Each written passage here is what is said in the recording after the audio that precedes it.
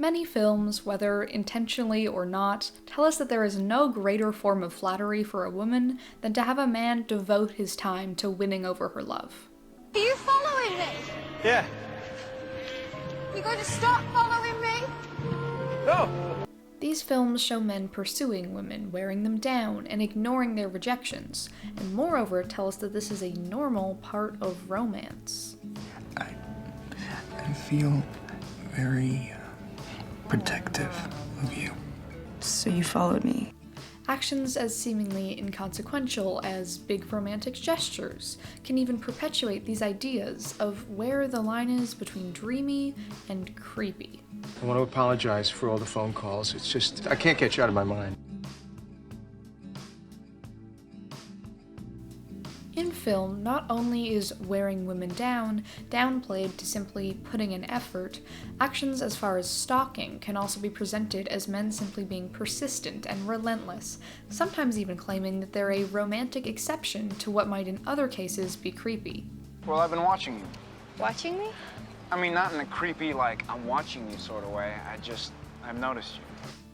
Even in some of the most beloved classic rom-coms, creepy behavior or attempts at winning over that most women would be afraid of or put off by can often be portrayed as romance.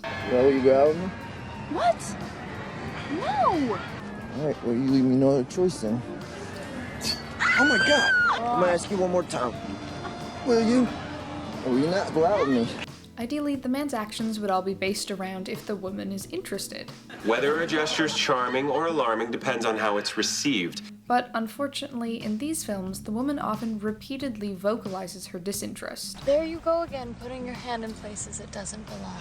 Nonetheless, even after a woman directly states that she wants the man to stop, I'm in love with you.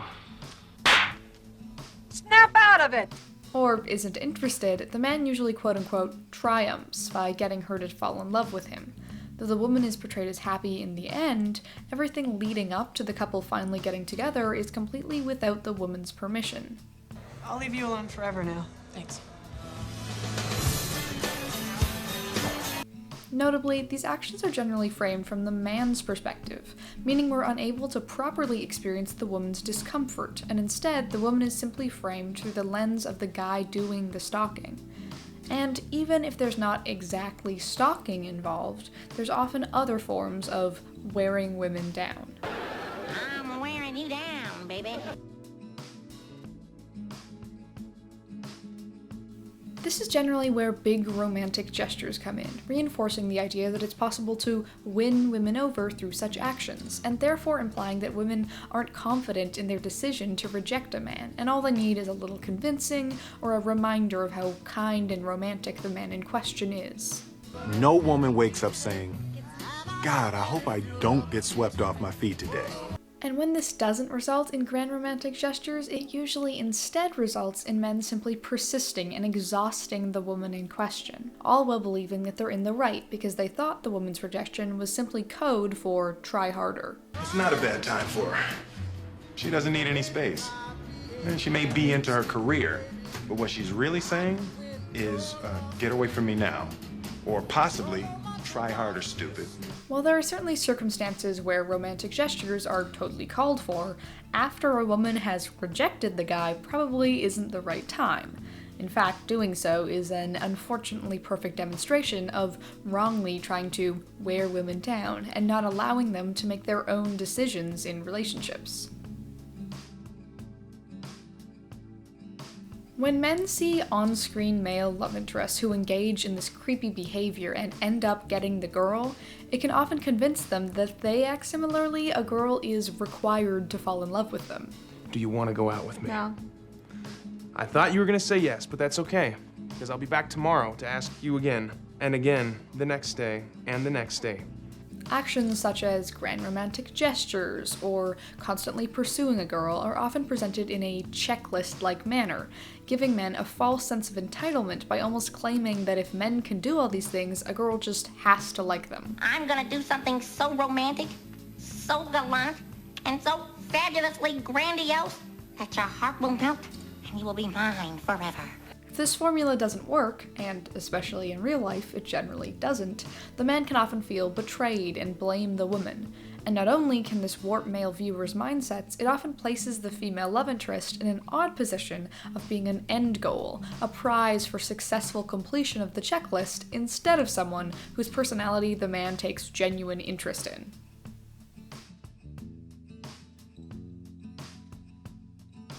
As with many tropes I've talked about on here, this idea doesn't apply in the same way for men and women. While the idea of men chasing women is so often portrayed as romantic, any woman who was to follow the same path, even on screen, would be seen in a far more creepy way. He has a girlfriend. That's weird. His Facebook says he's single. As said in a study on the impacts of creepy behavior in rom-coms, when men pursue women, the way they're acting is consistent with dominant gender roles. When women pursue men, they're acting in violation of those roles. So when these attempts at wearing down or winning over are suddenly coming from women, it's automatically seen as creepy, or more commonly, as crazy and overbearing. Shows like Crazy Ex-Girlfriend show a woman exhibiting similar behavior as men in some rom-coms, and yet she's framed as obsessive and pathetic, not determined and romantic. And when this type of woman isn't portrayed as insane, you're completely unhinged. She's instead seen as the butt of the joke, viewed in a comedic sense because of her wild desperation. You're like really dramatic and weird. No, I'm not dramatic. I'm not dramatic. Oh my God, shut up!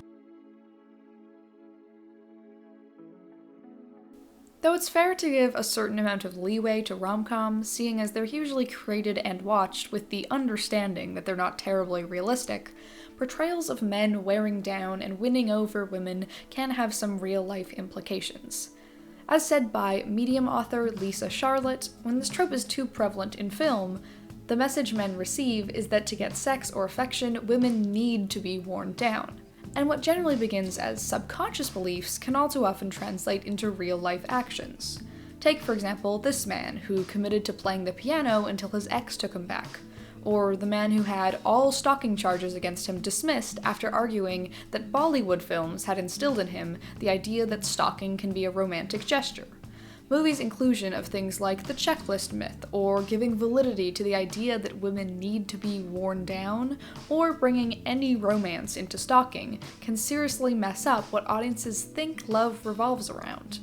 And along with seeing these things as more normal, we also often see them as more romantic, with hints at it being almost flirtatious. I'll just wait with you.